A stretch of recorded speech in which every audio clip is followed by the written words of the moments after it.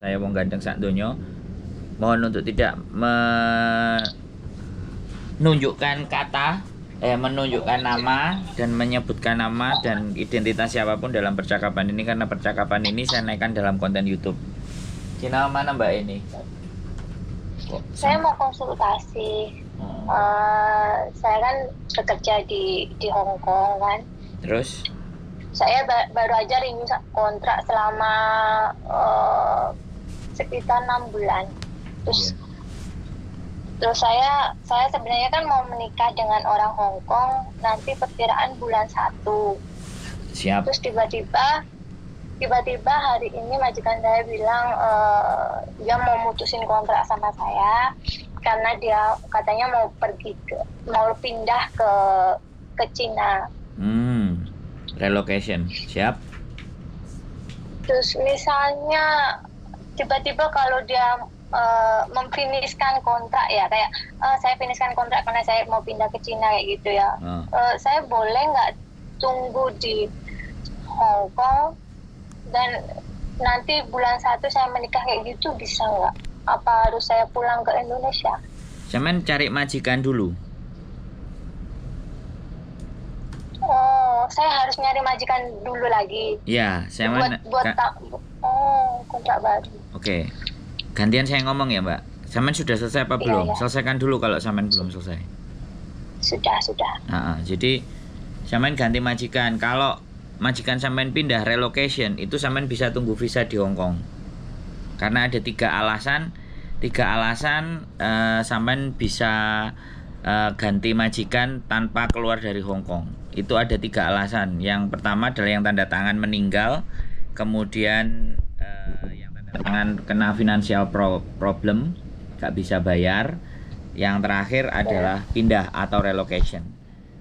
Jadi Samen boleh cari majikan lagi, di majikan baru Samen lakukan proses pernikahan nantinya di bulan 1. Syarat-syarat semuanya udah harus dilengkapi, semua beres. Samen tunggu visanya sambil di rumah majikan, itu lebih enak. Jadi giliran nanti visa dependent Samen sudah selesai, sudah approve, maka Samen tinggal pindah aja. Tinggal pindah dari YANEJJ jadi Dadai. Jadi bisa seperti itu, dari visa kerja jadi ke visa dependent. Begitu ceritanya. Misalnya gini Pak, misalnya nanti saya ini kan berkontrak. Setelah itu misalnya pacar saya ngambil saya jadi pembantunya kayak gitu juga bisa ya? Oh bisa, tambah enak lagi itu, tambah pas lagi. Kalau memang. Terus itu nanti kalau gimana? Maaf. Kalau itu nanti kita udah proses jadi majikan sama pembantu kayak gitu ya sama pacar saya. Setelah itu nanti kita menikah, dapat visa independen, kita break kontrak kayak gitu, nggak apa-apa berarti? Ya nggak apa-apa, kan Samen pasti disuruh pilih. Oh, gitu. Pasti imigrasi juga tahu lah, ini menikah sama majikannya sendiri, ya boleh. Oh gitu boleh. Bagus, lebih bagus itu saran saya. Yang ngeceng calonnya sampean aja. Oh iya, itu biasanya nunggu visa kayak gitu berapa itu ya Pak? Berapa bulan ya? Ya sampean Visa turun kayak gitu. Enak lagi kalau nunggu visa, udah tinggal aja langsung sama majikan nih. Paling iya. Relocation itu paling ya 2 minggu. Lah apa diurus kalian? Ya kita bisa ngurus. Yang penting persyaratan untuk pacar sampean itu sudah memenuhi untuk bisa jeng pembantu apa enggak, itu tinggal itu aja. Kalau boleh tahu persyaratannya apa aja ya Pak? Ya pasti rumah, ada yang dijaga di rumah atau tinggal di rumah, terus atau merawat dia juga 1 orang juga nggak apa-apa. Terus dia punya penghasilan atau minimal tabungan, atau kalau tidak punya deposito, boleh. Jadi suaminya aja diajak ketemu ngobrol sama istri saya juga boleh. Kebetulan kan istri juga agent, nggak jadi persoalan. Apalagi posisi sama. Boleh minta alamatnya Pak? Kos BB aja XCC. Nah, tapi nanti kalau datang nanti tak kirimin nomornya bojo saya tak ceritain dulu.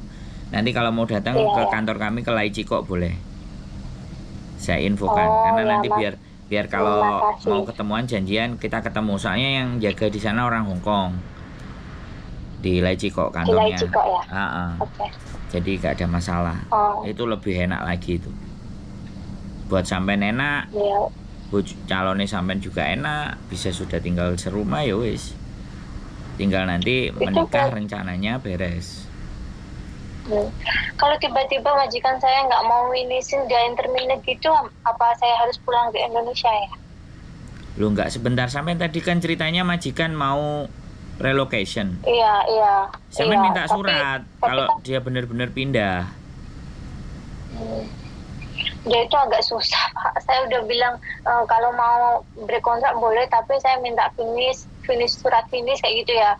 Tapi dia diem aja nggak mau. Berarti dia memang mau ngeluarin semua sampean. Kalau ngeluarin sampean ya nggak apa-apa, sampean ditandatanganin sama calonnya sampean terus sampean keluar ke Makau nunggu visa, ya kan? Ya sampean di majikan ini sudah berapa lama? Saya kan kemarin finish 2 tahun kan, ya bulan 5, terus renew. Bisa. Dia renew. Bisa tunggu di Makau. Kalau nggak mau pulang Indonesia. Kalau mau pulang Indonesia ya pulang Indonesia, nggak ada masalah. Tunggu visanya bisa di Makau. Halo? Iya, Pak. Sudah selesai finish 1 kali itu sudah aman. Mau pulang dulu tunggu ditandatangani calon. Pulang di Indonesia boleh, ya kan, dibelikan tiket, pulang Indonesia tunggu visa balik, sudah tinggal sama calon, tinggal ngurusin nikah aja.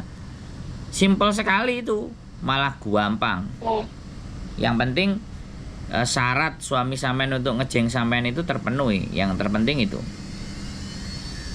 Kayaknya bisa itu Pak, masalah itu ya. Iya, tinggal datang aja sama calonnya atau calonnya sendiri datang ke kantor juga nggak apa-apa, sampean kerja. Nanti sampean udah kelar bisa kontrak semuanya bisa diurusi. So simple itu. Sederhana sekali. Bukan persoalan. Nanti saya minta nomornya ya, Pak ya. Kenapa? Ya. Minta nomornya Mbak Yuli nanti. Ya, ini kan HP-nya dia sebenarnya. Karena ini dia ditinggal, dia masih kerja di restoran, masih sayang meninggalkan uangnya di restoran. Makanya saya yang pegang gitu loh. Kan dia udah punya agent tapi license labornya belum keluar. Makanya dia nggak berani memproses ketika license-nya belum. Makanya kan ada teman kita partneran yang ada di Lai Ciko. Dan nantinya baru istri saya bisa 100% handle. Oke, ya udah Pak, makasih ya atas informasinya. Nanti kita kirim kartu namanya sama sampean. Oke. Boleh terima kasih banyak. Siap. Bye. Oke, bye-bye.